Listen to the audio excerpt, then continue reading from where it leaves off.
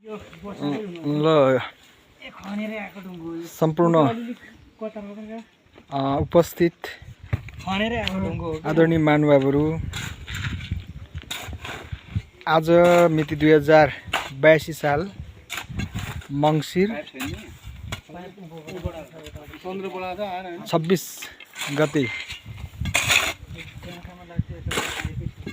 पाँचकपन नगरपालिका ward number 8 सुङखुरुङमा अवस्थित श्री सिंहेश्वरी माध्यमिक विद्यालयको प्राङ्गणमा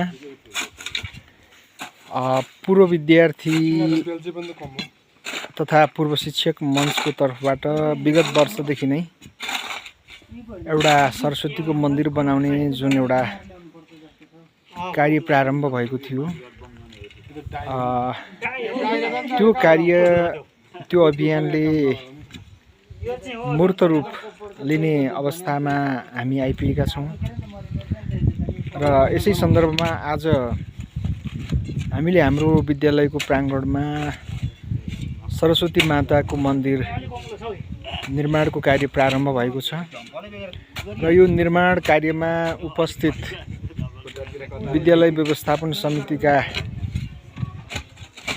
सदस्यज्यूहरू, सल्लाहकार समितिका सदस्यज्यूहरू र पूर्व विद्यार्थी मञ्चका सम्पूर्ण सदस्यज्यूहरू र उपस्थित शिक्षक साथीहरू,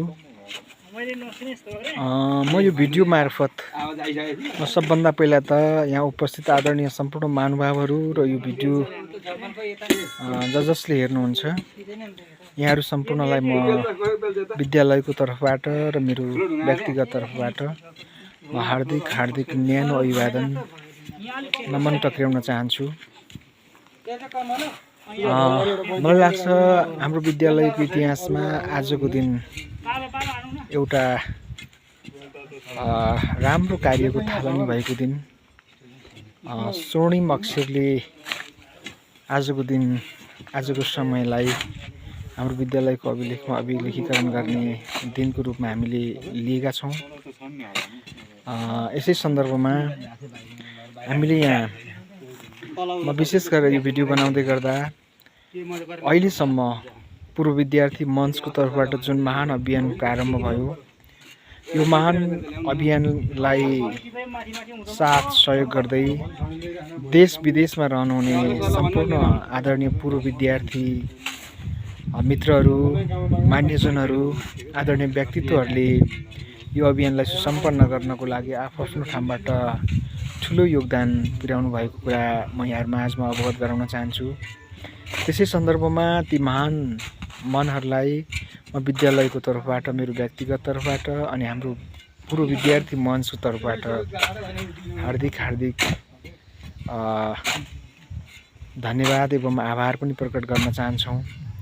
तपाईहरुको त्यो योगदानका कारणबाट नै आज हामीलाई यो कार्य गर्ने एउटा हौसला मिलेको छ, प्रेरणा मिलेको छ र निकट भविष्यमा नै पूर्व विद्यार्थी मञ्चले जुन सपना देखेको छ, जुन अभियान हामीले सुरु गरेका छौँ, प्रारम्भ गरेका छौँ, त्यसले पूर्णता प्राप्त गर्ने कुरामा अब कुनै शङ्का रहेन र आज हामीले प्राविधिक इस्टिमेट अनुसार हामीले यो मन्दिरको 4वटा पिलरहरूको चर खन्ने क्रममा हामी यहाँ छौँ।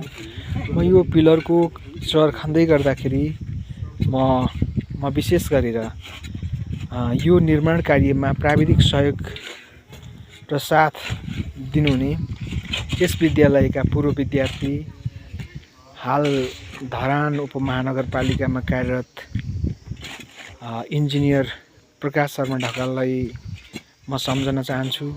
त्यस्तै अर्का इन्जिनियर भाइ मदन लिम्बुलाई पनि म सम्झन चाहन्छु र यसै क्रममा प्राविधिक साथ सहयोग निरन्तर हामीलाई दिइरहनु हुने यस विद्यालयका पूर्व विद्यार्थी एवं पाँचकपन नगरपालिका वार्ड नम्बर 8 मा कार्यरत पूर्व विद्यार्थी हाम्रा चाहिँ सब इन्जिनियर भाइ सन्तोष नेउपानेलाई पनि हामी विद्यालयको तर्फबाट, हाम्रो पूर्व विद्यार्थी मञ्चको तर्फबाट हार्दिक धन्यवाद व्यक्त गर्न चाहन्छौँ। र यहाँहरूको निरन्तर प्राविधिक सहयोग र साथको कारणले गर्दा नै हामीलाई यो कार्य गर्नको लागि सहजता प्राप्त भएको छ। हामीले पूर्व विद्यार्थी भाइहरू चाहिँ जसले हामीलाई प्राविधिक रूपमा सहयोग गर्नुभएको छ, यहाँहरूको योगदान हाम्रो विद्यालयले कहिले बिर्सने छैन।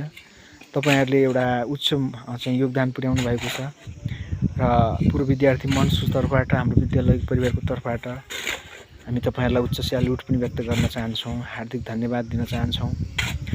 र त्यसरी नै यो कार्यलाई निरन्तर रूपमा एउटा चाहिँ नजिकबाट निगरानी गरिरहनु आज पनि यहाँ उपस्थित हुनुहुन्छ हाम्रा आदरणीय अभिभावक, यस विद्यालयका पूर्व विद्यार्थी रुद्रबहादुर नेउपाने रामकाजी नेउपाने उहाँलाई, अनि त्यसै गरी हाम्रो विद्यालय व्यवस्थापन समितिका पूर्व चाहिँ अध्यक्ष पनि हुनुहुन्छ, व्यवस्थापन समितिका सल्लाहकार फौदुसिंह नेउपानेज्यू यहीँ उपस्थित हुनुहुन्छ। त्यसै गरी विद्यालय व्यवस्थापन समितिका सदस्य यस विद्यालयका पूर्व विद्यार्थी रिन्जी शेर्पाज्यू, अनि यो निर्माण कार्यलाई चाहिँ अहिले एउटा महत्त्वपूर्ण टेवा पुर्याउनु हुने हाम्रो सबैको प्रिय भाइ विद्यालयका पूर्व विद्यार्थी यज्ञ नेउपाने, पूर्व विद्यार्थी मञ्चका साथीहरू विष्णु बस्नेत, सुभाष भण्डारी, बलराम रोका लगायतका साथीहरू भाइहरू उपस्थित हुनुहुन्छ। र हामीले यो कार्य आज एउटा शुभ साइत पारेर सुरु गरेका छौँ र म यस कार्यलाई पूर्णता दिनको लागि म फेरि एकपटक आजको दिन म जति पनि देश विदेशमा रहनुभएका हाम्रो विद्यालयका पूर्व विद्यार्थी, हाम्रो विद्यालयलाई माया गर्ने आदरणीय महानुभावहरू, यो कार्यलाई सहयोग गर्नको लागि पूर्व विद्यार्थी हुनै पर्छ भन्ने पनि छैन। हामी जसले यो कार्यलाई एउटा सकारात्मक, एउटा असल कार्यको रूपमा महसुस गर्नुहुनेछ र सहयोगी मनका धनी आदरणीय महानुभावहरू जो कहिले यो कार्यमा जोडिन सक्नुहुनेछ, यो अभियानमा जोडिन सक्नुहुनेछ। र म त्यसर्थ म फेरि पनि एकपटक हाम्रो विद्यालयको तर्फबाट, विद्यालय व्यवस्थापन समितिको तर्फबाट, विद्यालय परिवारको तर्फबाट, पूर्व विद्यार्थी मञ्चको तर्फबाट तमाम आदरणीय महानुभावहरू जसले हाम्रो यो चाहिँ भिडियो हेरिराख्नु भएको छ, यो प्रारम्भ यो चाहिँ एउटा उद्घाटन कार्यक्रम हेरिराख्नु भएको छ, हामीले उद्घाटन पनि गरिरहेका छौँ। र म फेरि एकपटक यहाँहरू सबैलाई सकेको सहयोग गरिदिनु हुनका लागि हामी आग्रह गर्न चाहन्छौँ।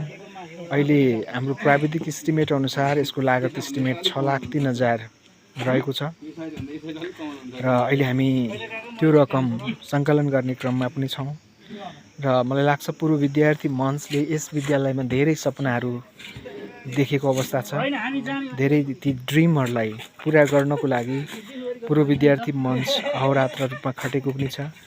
र पूर्व विद्यार्थी मञ्चले एउटा यो पहिलो कार्य जुन सुरु गरेको छ, यसका अतिरिक्त विद्यालयको शैक्षिक गुणस्तरका सन्दर्भमा, भौतिक निर्माणको सन्दर्भमा, सामाजिक समन्वय, सामाजिक सहयोग, साथ र संलग्नताको सन्दर्भमा वा विद्यालयको चौतर्फी विकासको लागि पूर्व विद्यार्थी मञ्च एकदमै तदारुकताका साथ लागेको कुरा पनि म यहाँहरू माझमा अवगत गराउन चाहन्छु। म त्यस अर्थमा पूर्व विद्यार्थी मञ्चलाई हार्दिक धन्यवाद पनि भन्न चाहन्छु। र मैले अघि नै भने हामीले धेरै सपनाहरू देखेका छौँ, हामीले धेरै कुराहरू गर्न खोजेका छौँ। त्यस कारणले गर्दाखेरि हाम्रो पहिलो अभियान, अत्यन्त पवित्र अभियान, यो विद्यालयमा एउटा सरस्वतीको मन्दिर बनाउने जुन एउटा पहिलो लक्ष्य थियो, यो लक्ष्यलाई हामी पुरा गर्न गइरहेका छौँ। त्यसका अतिरिक्त हामीले धेरै रचनात्मक कामहरू गर्ने हाम्रो सपना भएको कारणले गर्दाखेरि हामी निरन्तर पूर्व विद्यार्थी मञ्चका तर्फबाट, विद्यालय परिवारका तर्फबाट तमाम दाता महानुभावहरूलाई, यस विद्यालयका पूर्व विद्यार्थी, पूर्व शिक्षक आदरणीय महानुभावहरूलाई हामी चाहिँ हाम्रो अभियानमा जोडिनु हुनका लागि पनि म हार्दिक अनुरोध गर्दै आज मैले यहाँलाई विशेष गरेर यो कार्य प्रारम्भ भएको एउटा शुभ दिनलाई एउटा स्मरण रहोस् भन्ने एउटा उद्देश्य राखेर पनि मैले भिडियो बनाइरहेको छु। र अहिले निर्माणकै सिलसिलामा हामीले सामग्रीहरू यसरी यहाँ तपाईँले गिटी देख्न सक्नुहुन्छ। यहाँ बालुवा अनि त्यस्तै गरेर यता हामीले बालुवा इँटा अनि त्यहाँ रड त्यस्तै गरेर यहाँभित्र हामीले स्टोर गरिसकेका छौँ सिमेन्ट। हामीले झन्डै 2 लाख बराबरीको चाहिँ खर्च पनि यहाँ भएको छ र हामीले त्यो सामानहरू ल्याएका छौँ र यो सबै तपाईँहरूको लगानी हो, तपाईँहरूको सहयोग हो र यसका लागि फेरि पनि एकपटक म तपाईँहरूलाई उच्च सम्मानका साथ हार्दिक अभिनन्दनका साथ म सम्झन चाहेँ। म विशेष गरेर यसो भनिरहँदा हुन त यहाँ सबै आज हामी धेरै साथीहरू जोडिनु भएको छ पूर्व विद्यार्थी मञ्चमा सहयोग गर्ने।